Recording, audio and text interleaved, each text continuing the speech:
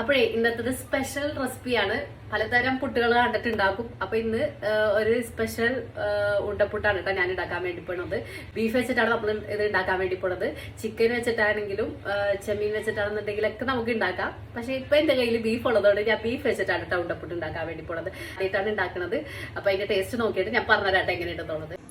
അപ്പൊ ഞാൻ കുറച്ച് തേങ്ങയും ഉള്ളിയും പിന്നെ പെരിഞ്ചീരകവും എടുത്തിട്ടുണ്ട് കേട്ടോ. ഇനി നമുക്കിത് മിക്സിയുടെ ചാറിട്ടിട്ട് ഒന്ന് ക്രഷ് ചെയ്തെടുക്കണേ. അപ്പൊ അത് അങ്ങോട്ട് ഇട്ട് കൊടുക്കുന്നുണ്ട്.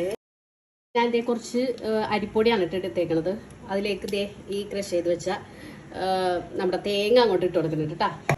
അപ്പൊ ആവശ്യത്തിന് ഉപ്പും കൂടെ ഇട്ട് കൊടുത്തിട്ട് കുറച്ച് ചൂടുവെള്ളം അങ്ങോട്ട് ഒഴിച്ചു കൊടുക്കുന്നുണ്ട് കേട്ടോ. നമ്മൾ ഇടിയപ്പത്തിനൊക്കെ ചൂടാക്കൂലേ അതേപോലെ ചൂടുവെള്ളം ഒഴിച്ചു കൊടുത്തിട്ട് ഒന്ന് ഇളക്കി കൊടുക്കുക.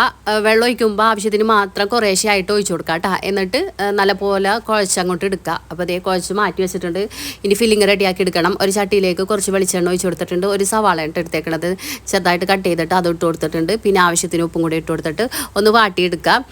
1 ടേബിൾ സ്പൂൺ ഇഞ്ചി വെളുത്തുള്ളി ചതച്ചത് ഇട്ട് കൊടുക്കുക. പിന്നെ 1/4 ടേബിൾ സ്പൂൺ മഞ്ഞൾപ്പൊടി, 1/2 ടേബിൾ സ്പൂൺ മുളക് പൊടി, 1/2 ടേബിൾ സ്പൂൺ ഗരം മസാലപ്പൊടി, 1/2 ടേബിൾ സ്പൂൺ മല്ലിപ്പൊടി ഇട്ട് കൊടുത്തിട്ട് ഒന്ന് ഇളക്കി കൊടുക്കുക കേട്ടോ. പൊടികളൊക്കെ ഇട്ട് പച്ചമണമൊക്കെ ഒന്ന് പോയി വരുമ്പോഴത്തേക്കും നമുക്കിനി ഇതിലേക്ക് തക്കാളി ഇട്ട് കൊടുക്കാം.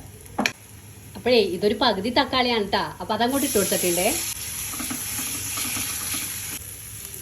അപ്പൊ തക്കാളി വാടി. ഇനിയിപ്പോ എന്താ ബീഫാണിത്. അപ്പൊ ബീഫ് വേവിച്ചിട്ട് മിക്സിയുടെ ജാറിലിട്ടിട്ട് ഒന്ന് അടിച്ചെടുക്കുകയാണേ. അപ്പൊ അടിച്ചെടുക്കാന്ന് വെച്ചിട്ടുണ്ടെങ്കിൽ ക്രഷ് ചെയ്തെടുത്തത് കേട്ടോ. അപ്പൊ അത് അതിലേക്ക് ഇട്ട് കൊടുത്തിട്ടുണ്ട്. അപ്പൊ എല്ലാം കൂടി ഒന്ന് മിക്സ് ചെയ്തെടുക്കണേ. ഇനിയിപ്പോ ഫൈനലി നമ്മൾ കുറച്ച് തേങ്ങ ഇട്ട് കൊടുക്കുന്നുണ്ട്.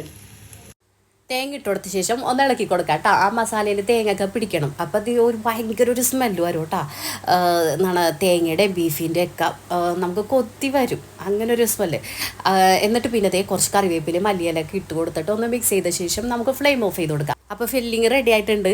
അപ്പം ഞാൻ കൊതി കൊണ്ടിട്ട് കുറച്ചെടുത്ത് കഴിച്ചു നോക്കിയേ. എൻ്റെ പൊന്നെ ഒന്നും പറയാനില്ല, പെർഫെക്റ്റ്. അപ്പം ഞാൻ കുറച്ച് മാവ് എടുത്തിട്ടുണ്ട്. എന്നിട്ട് കൈ വെച്ചിട്ട് ഇങ്ങനെ അമർത്തി കൊടുത്തിട്ടുണ്ട് കേട്ടോ. എന്നിട്ട് നടുക്കായിട്ട് കുറച്ച് ഫില്ലിങ് അങ്ങോട്ട് വെച്ച് കൊടുത്തിട്ട് നമ്മൾ ഉണ്ടയാക്കി എടുക്കാൻ വേണ്ടി പോണേണ്. ഇനിയിപ്പോൾ നമ്മൾ ഇതേപോലെ കയ്യിലിട്ട് ഉരുട്ടി ഉണ്ടയാക്കി എടുത്തിട്ടുണ്ട്. അപ്പോൾ ഇതേപോലെ എല്ലാം ചെയ്തെടുക്കണേണ് കേട്ടോ.